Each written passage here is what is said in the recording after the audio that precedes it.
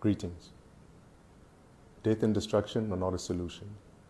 Vandalism, threats are not a solution. We need to find ways to deal with the situation, and this situation is a situation that's quickly spiraling out of control. Now, to start with, I do not form part of any social media platforms. I am not on Twitter. I'm not on Instagram. I'm not on Facebook, and all those other platforms that exist.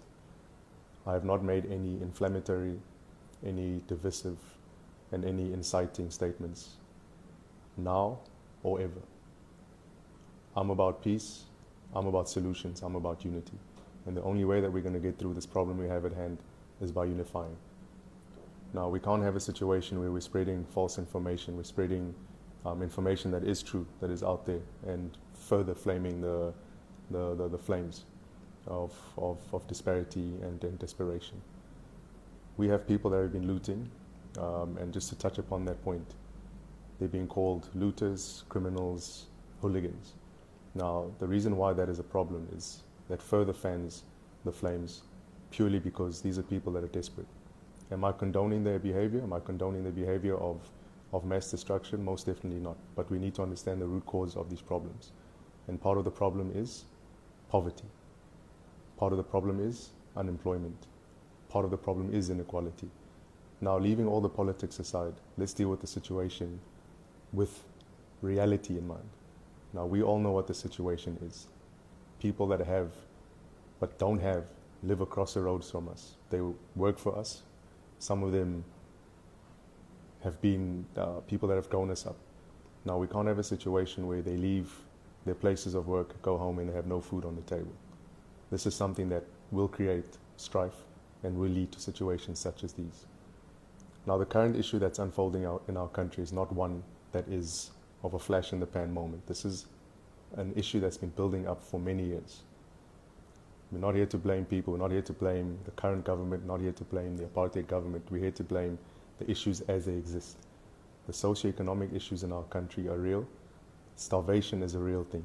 And we need to understand that if we do not deal with that issue specifically, we're going to have these problems. So this is no surprise that this has happened. Now, two things have caused the what is called civil unrest. One was the arresting and the imprisonment of Jacob Zuma.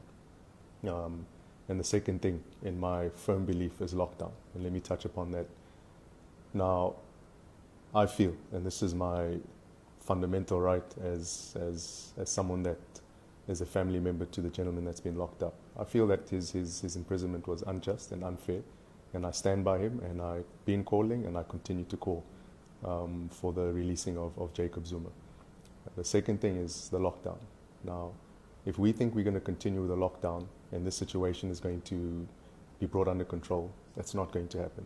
And the reason I say this is, and I've said this a year ago, when the first phase of the lockdown happened, the first 21 days, if I'm not mistaken, I'd said we only have this one chance, which was last year in late March, early April, to lock down the country. We will not have any chances after that. Why? We have a set of unique circumstances in South Africa, socioeconomic circumstances, that put people in a position where they're not able to fend for themselves. Now, if we come and we lock people down further and say, guys, you guys haven't been earning for a while. As a matter of fact, the ones that have, sit at home indefinitely. What do we expect to happen? There's certain choices that we've made that have brought us to this position that we're in today. There's certain decisions that have been made and certain decisions that haven't been made that have brought us to this point.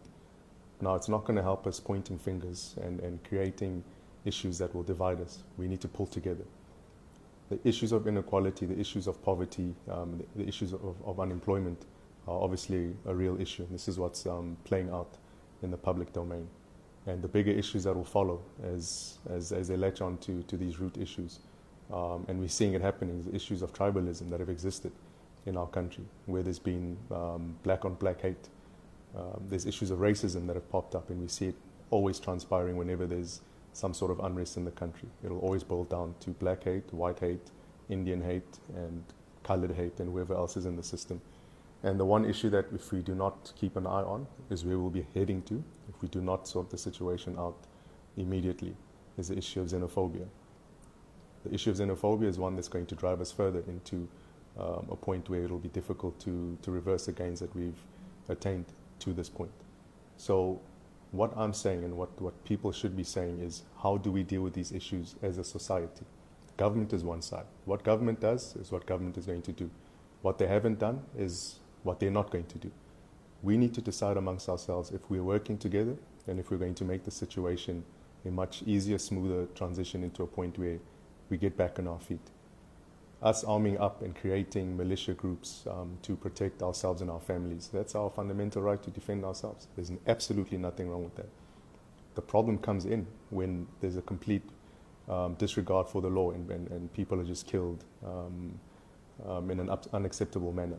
You know, yes, you've got people rioting. Yes, you've got people that are scaling walls and attacking institutions, businesses, warehouses.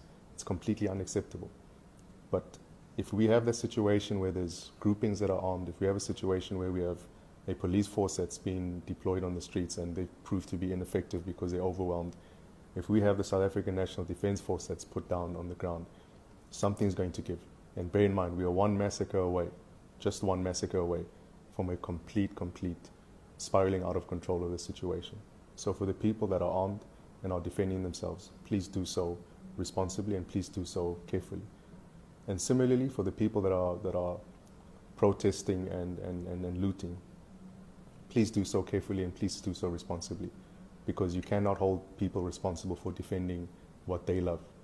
So that's just a point that I wanted to raise. So unless we start off by dealing with the issues that seem to be the problem, which is the imprisonment of Jacob Zuma, number one, and number two, the lockdown, in my belief, that's causing these issues, we are not starting in resolving these problems. Why? Because the lockdown is got people sitting at home, you've got idle minds, you've got people that are full of energy, you've got people that are upset, you've got people that are hungry with no options. As a matter of fact, it's not only going to be an issue that's systemic, that exists only in the townships, in the rural areas, and in the informal settlements, like we all believe for some magical reason. That problem is now persisting. It's now existing in our suburbs.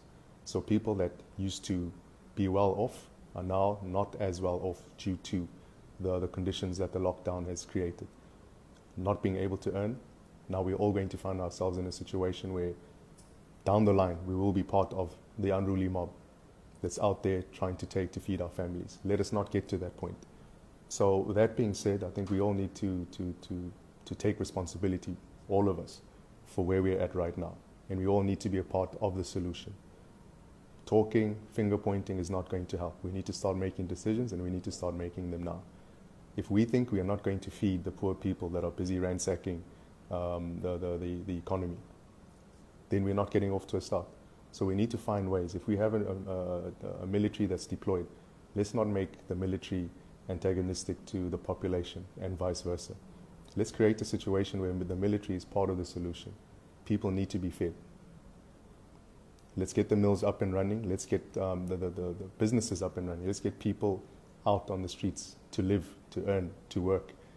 Let's get the manufacturing plants of operation. Let's get the food making facilities up and running, whether it's bakeries, sugar mills, maize meal manufacturers, non-perishable goods, tin stuff and that sort of stuff. We need to get food to the people, because if we are not dealing with that issue of feeding people first, we can't expect them to sit at home when we tell them, guys, go sit at home when they've got nothing at home. But once again, it's inexcusable that they are destroying property. It's inexcusable that there's loss of life. That's not what we stand for. So people, it's time for us to make some serious decisions. It's the finger pointing and then the blame game will never help.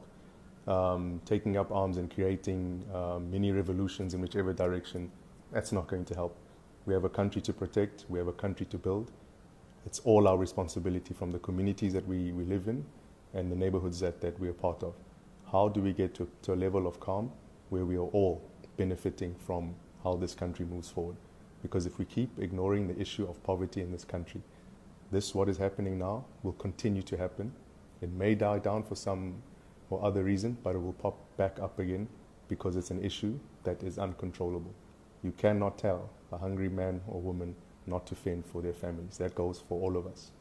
So let's be careful what we do. Let's be careful how we proceed. Let's make the right decisions. Let's make the right calls. Let's stop blaming each other. We're all in this together. We are all losing. It's not just one grouping of people losing. Let's band together and let's make this thing work. I feel like this is an opportunity for us all to be part of what South Africa should be, and not what people are telling us it should be, and not what people are driving it to. So this has got nothing to do with politics. It's got nothing to do with politicking. This is a reality on the ground. If these things don't happen, we should not be surprised with the outcome. That's as simple as it is. I think we all need to be responsible and take responsibility for the situation we're in. Because for a long time we've turned a blind eye, that's all of us, to the poverty in this country. Handing out food parcels as a temporary solution. Giving people food and blankets during winter is a temporary solution. How do we get to a point where we have kitchens up and running that people do not go to bed hungry? That's what we should be looking at. And now is the time to start putting up those government kitchens, if it may be so, where people do not have an issue with starvation. From that point onwards, I can guarantee you it makes it easier moving forward, and people are more amenable to decisions being taken and to options being put on the table as options of relevance and reality to their situations. Don't ever forget that people are a product of their environment. As much as people want to point fingers on to hooliganism and looting mobs and trying to blame it on whichever factors they're blaming it on, that's not what it is. This thing is very simple. People are going to do this. They are going to continue to do this as long as there's no food on the table. Lift the lockdown, let people get back to work, let businesses run. That is a starting point. Thank you very much.